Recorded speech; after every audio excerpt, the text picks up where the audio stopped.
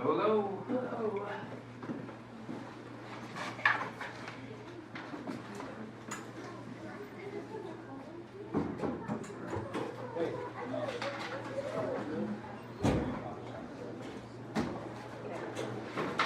After school? Whenever you want to wipe down my marker board, clean it completely off. I want it white. Oh, I don't know if I can do that. Yeah. Sit there. Yes. The teacher room it is. Did you work it out? Then let me know. Fine on Monday.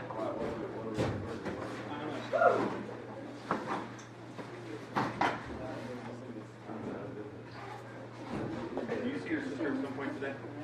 I was gonna make one. I'll make one. All right. I'll get on with that.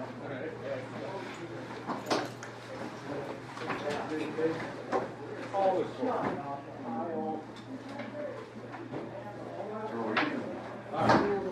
So, did you take me?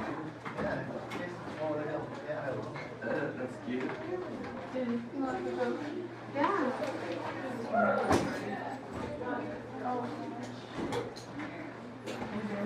Sorry.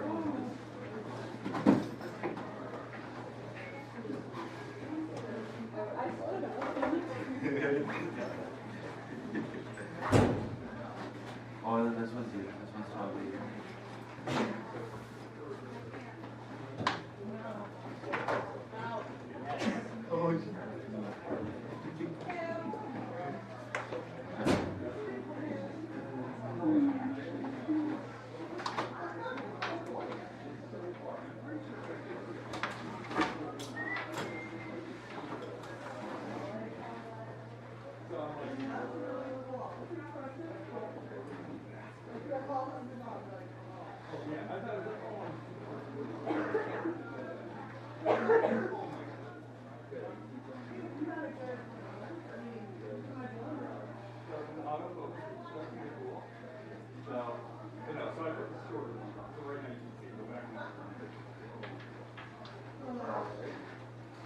So right now, it's the first day we're trying it out. How long Oh, good buddy.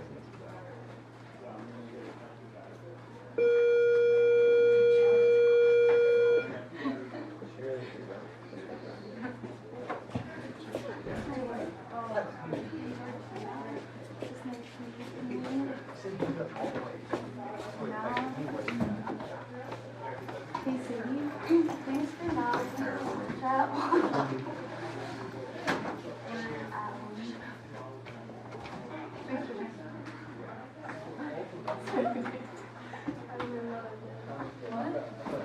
What Snapchat? The one with you already shared?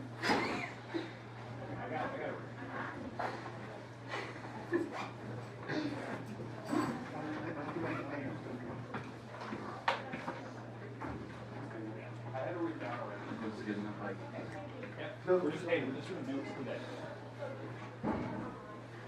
Yeah, I would stay, check online, watch the video. Hopefully I'll have 2 videos going. I have 2 different cameras going today. We're going to see how the new camera works. All right. What? Yeah. Okay. Yeah.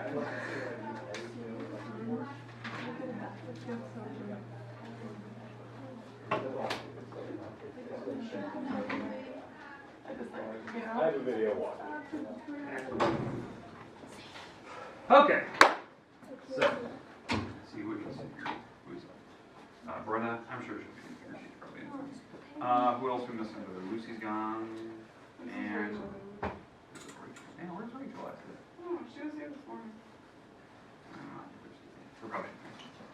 So, let's hope they have. All right. Okay. Let's see. What they like home. Check online.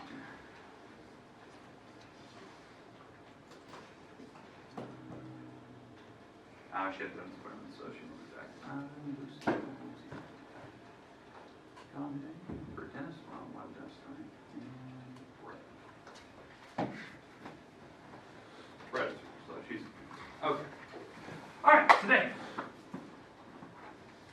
couple notes on linear equations today. I want to review how to find intersections today. You know, those common points where two graphs share. But we have to get there first. So remember, we're on section 3.6, which is linear equations. Actually, is it 3.4? I think it's 3.4. 3.4. What am I? 3.4, not 3.6. 3.4. 3.4. We're talking about linear equations. And the big deal with these linear equations is just knowing, you know, the different forms, which we've talked about, you know, the 3 days last week. So hopefully you're very, very comfortable with the different forms and, you know, their purposes. So the first one is point slope. That's the one that I like the most, point slope form. If you don't remember that one, that was the one where if you have a graph, you can go right to an equation.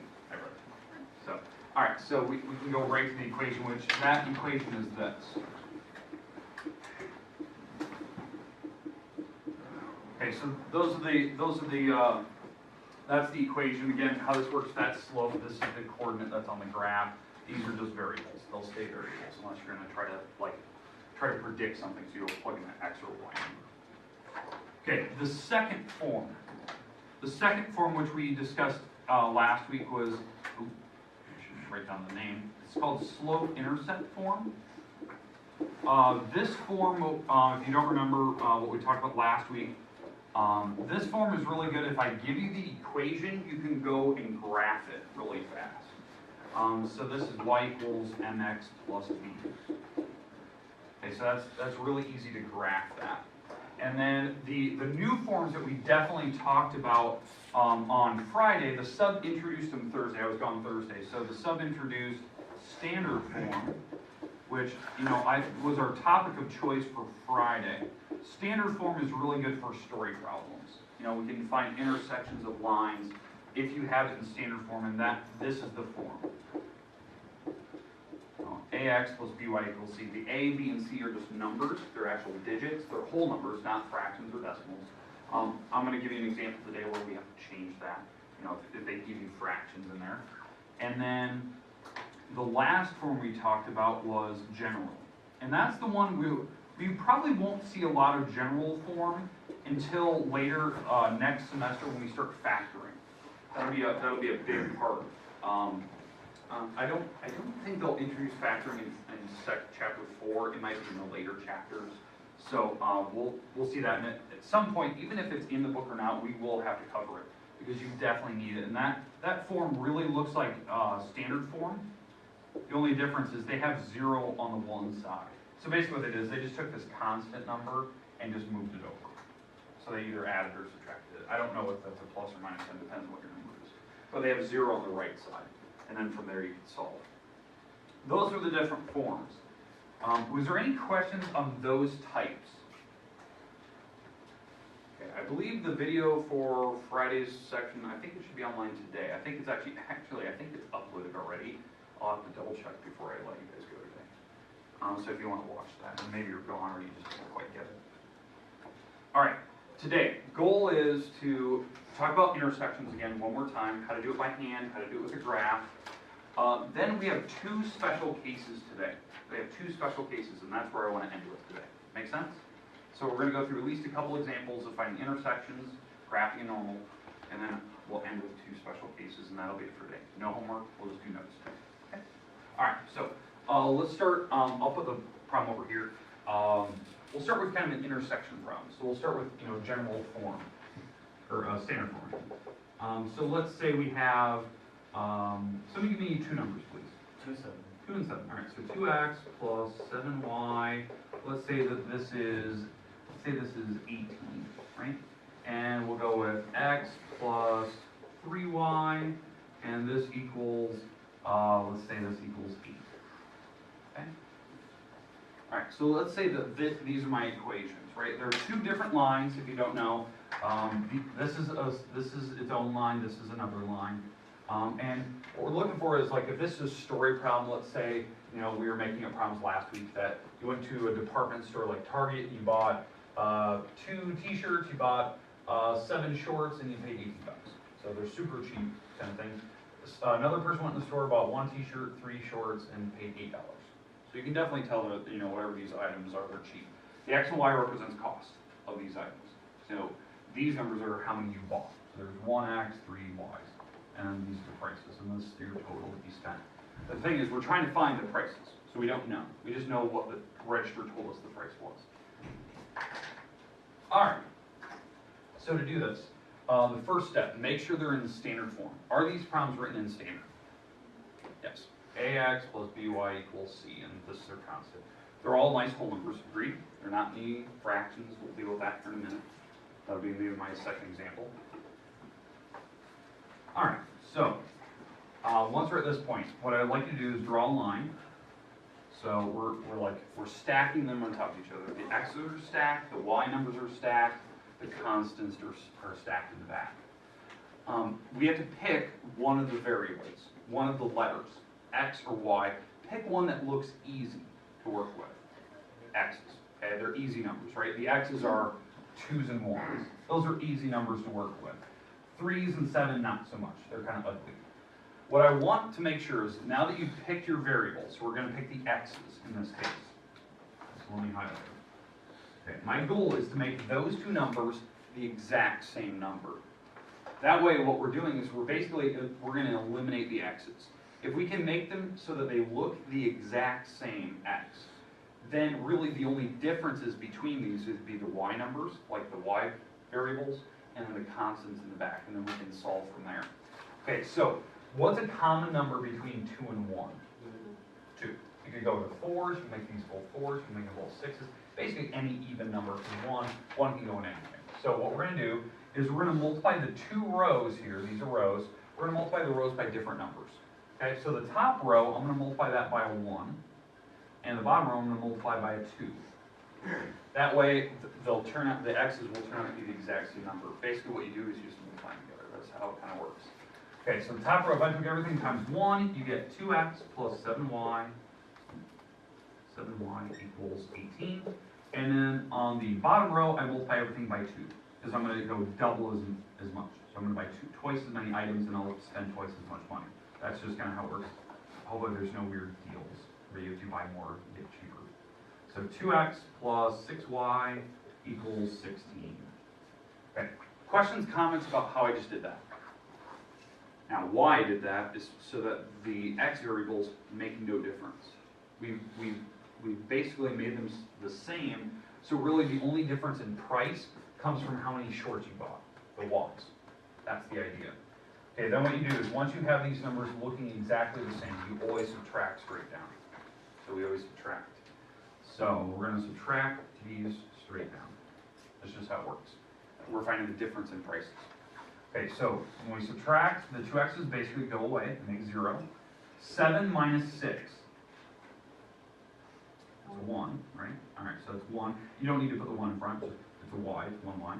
And 18 minus 16, 2. That's the price. The Y's are $2 a piece. Spent $2 on every pair of shorts. Okay, that's what we figured out. Now, if there was a number out front, let's say this was like a 3Y here when you subtract it, then you divide by 3, and that'll be whatever your decimal is. Okay, but it turned out to be a nice whole number. Now, what we're going to do with that 2, once we have it, you plug it back in. You can pick any of the equations, any of the person's purchases, and you're going to plug it back in, and what letter are we plugging the 2 into? Y. So we're going to go, let's go to the bottom row, this bottom equation. X plus 3Y equals 8. All we're going to do is we're going to take out the Y and plug in the 2 that we just found.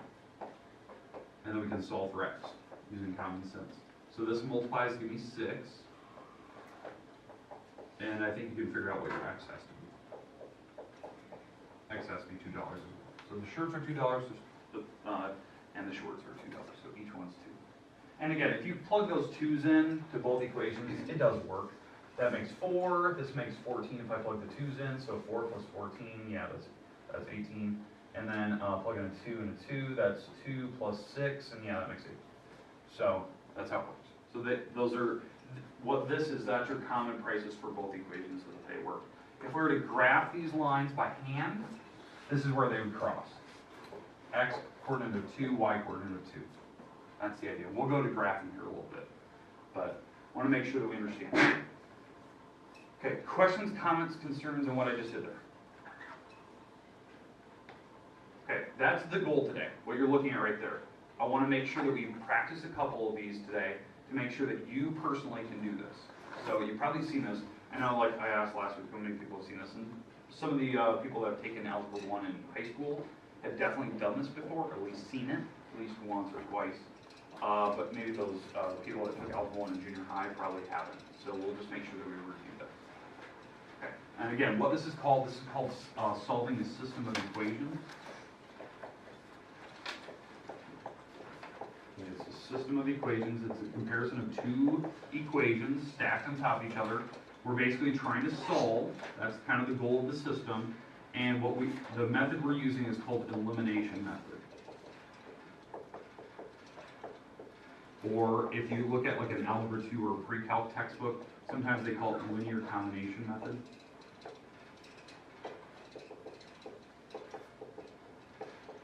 Elimination makes sense to me. You know, you're eliminating one of the letters. Linear combinations are when you did this. When you multiply a row by like a constant, like I multiplied this whole row by 2, like I bought twice as many objects.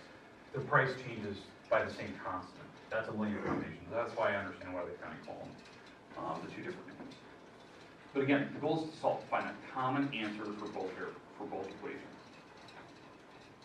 Okay, let's do another one so that we get some more practice. Let's do one where we have a fraction in it. Something where the equations don't look like standard form right away. So something like this. Y equals half x plus 4. And let's see. Let's go with 3x plus 2y equals let's go with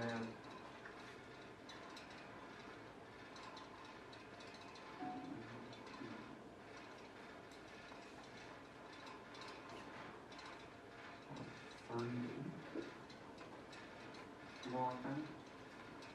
Let's see, is that gonna work? Yeah, let's do that. Alright. Just want to make sure that this actually works out to be a nice one. I think this should work. Put it in the map right now.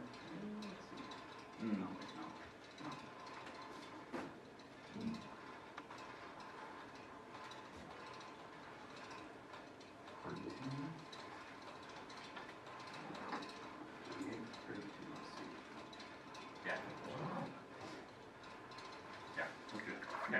Alright.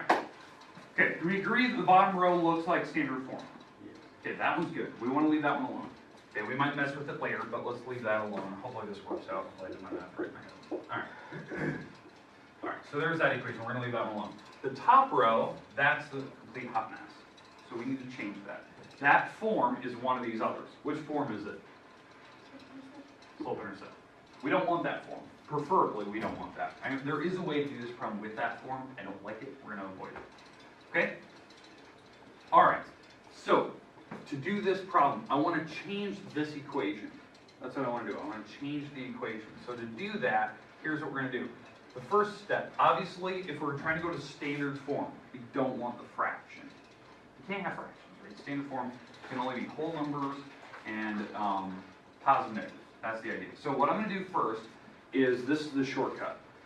What number is on the denominator of that fraction? 2.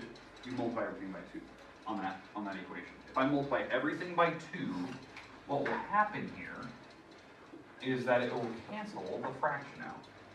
That's called the linear combination. I can multiply the entire row by 2, about twice as many objects. So what this turns out to be, if I multiply this by 2, it turns out to be a 2y equals, when I multiply this by 2, the 2 goes to the top, so that's 2 times 1, which is 2, and I divide by 2. What's 2 divided by 2? 1. What happens here? These basically cancel out. That's the rule of thumb, so that's a 1x. That's kind of how it works. But again, you multiply the 2 to the top, and you actually divide them.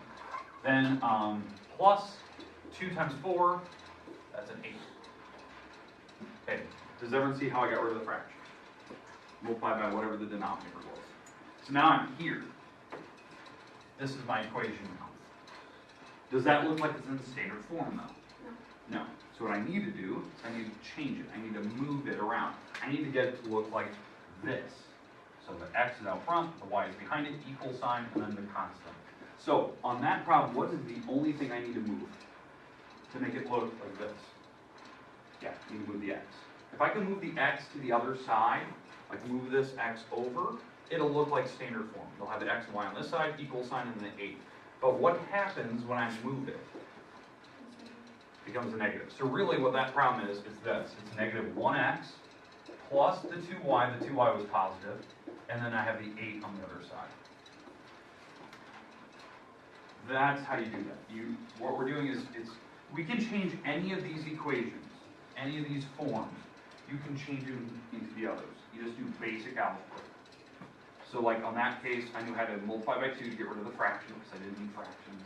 And then all I had to do is move stuff across equal signs. So that's where it becomes positive and negative. That's basically the majority of what you have to do. Okay, so now that I'm here, now this problem is perfect. Now I can solve this problem by doing the same math that we did earlier. So like when I look at this problem, okay, we have to pick a letter. So pick a variable, x or y. Y. I'd probably pick y. The reason why? They're already the same. That's the brilliant thing. Like when you pick a variable, pick the easy one you want to work with to make them look the same. Well, in this case, they already are the same number. I don't even need to multiply by anything, which is awesome. They're already the exact same number. So all I need to do is subtract straight down. So when I subtract, what happens to a negative sign? Yeah, this makes a plus, because it's negative. These subtract, and then these subtract. That's how it works. I subtract every number straight down. So this becomes a positive, basically, because it was negative. So what's 3 plus 1? 4x. Okay, that's good. 32 minus 8, 24. If I subtract it straight down. And then how do I solve for x? Divide by 4, yep. If I divide by 4, the 4 is canceled. And you with x, that's 1x, by the way. And then 24 divided by 4, that's 6. So that's my coordinate where that's the common answer. So the price, whatever x was, it was 6. Or that's how many items you're buying. I don't know what this x represents. So it's 6. Now, what am I going to do with the 6 now? Always plug it back in. So you're going to pick one of the equations, one of the originals, and plug the 6 back in. Here's what I recommend. Go with the easy one. Don't go with the weird one. Go with the easy one. You could even go up here and you can plug into this one. That's fine. This row. I typically try to go back to one of the originals. I don't want to go to something maybe I modified earlier. Because if I modify this, what if I got this equation wrong? So then I just got even more wrong from there. But I always try to go back to the original, take my 6, plug it into here. So I'm going to go to that equation. So I'm taking out, so I'm going with the 3x plus 2y equals 32. And I'm going to plug in the 6 here.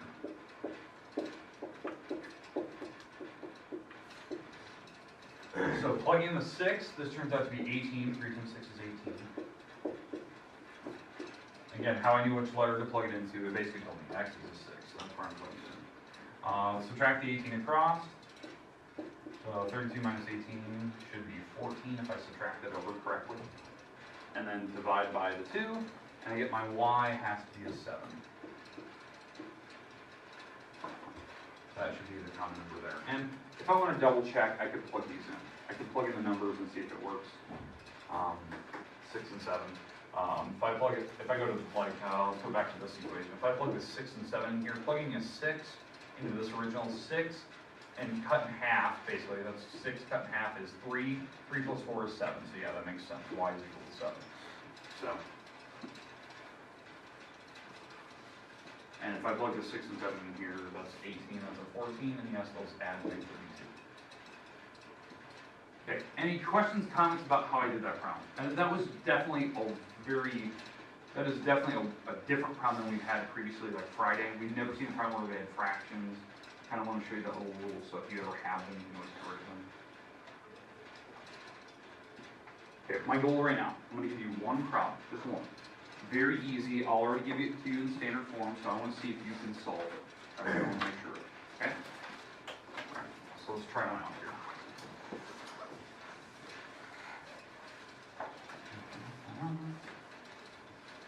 You won't have to do any rearranging, it should be just solve it straight off the bat, and let's see if we can see if we can figure this out. All right, so here's my example. Let's go with 4x plus 5y equals, let's go with,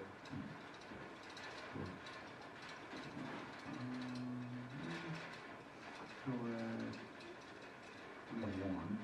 And x plus 3y equals, what's the 7?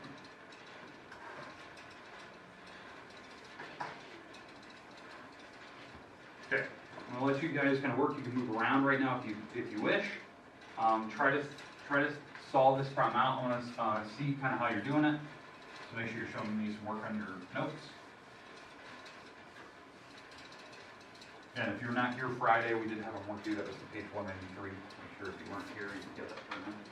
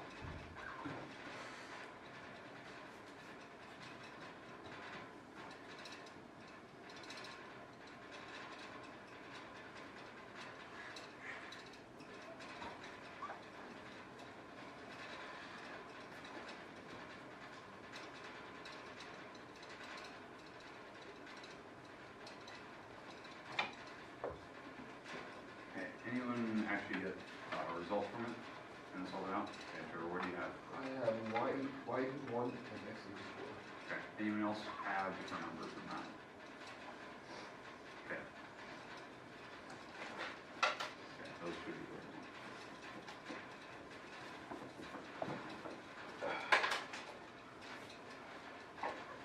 Okay. We're going to go through the results here in a second. So if you need a little more time,